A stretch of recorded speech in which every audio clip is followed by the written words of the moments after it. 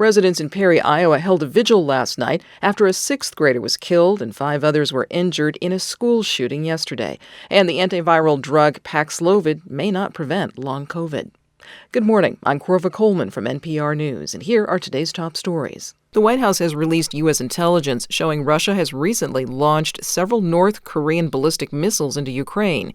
As NPR's Tamara Keith reports, this comes as the Biden administration pushes Congress for billions of dollars to help Ukraine in its war effort. White House National Security spokesman John Kirby says the missiles can travel as much as 550 miles, and their use on December 30th and January 2nd marks a significant and concerning escalation in support from North Korea to Russia in its ongoing war against Ukraine. We expect Russia and North Korea to learn from these launches.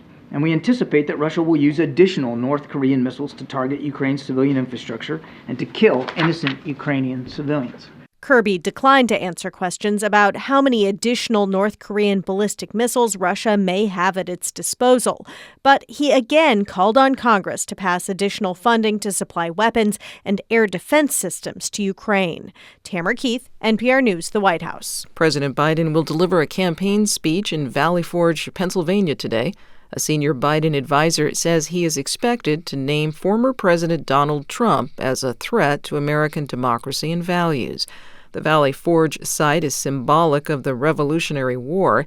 The speech comes on the eve of the anniversary of the January 6th insurrection at the U.S. Capitol. Trump has said if he is elected, he will pardon rioters for their criminal actions.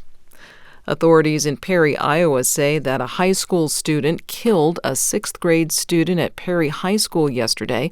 He then killed himself. Officials say 4 students and a school administrator were also injured. Residents of Perry, a town about 40 miles from Des Moines, held a vigil last night. Andrea Niemeyer is a Perry High School graduate. Know that even though we are a tiny town, the whole world is wrapping its arms around us. Meanwhile, Perry, Iowa police are looking for the shooter's motive. A new study finds that taking the COVID antiviral drug Paxlovid does not reduce the chance of later developing chronic symptoms known as long COVID. NPR's Will Stone has more.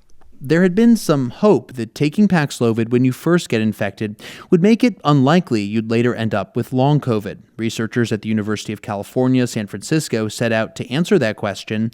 They compared about 350 people who took Paxlovid with those who didn't. No one was hospitalized and the participants were vaccinated.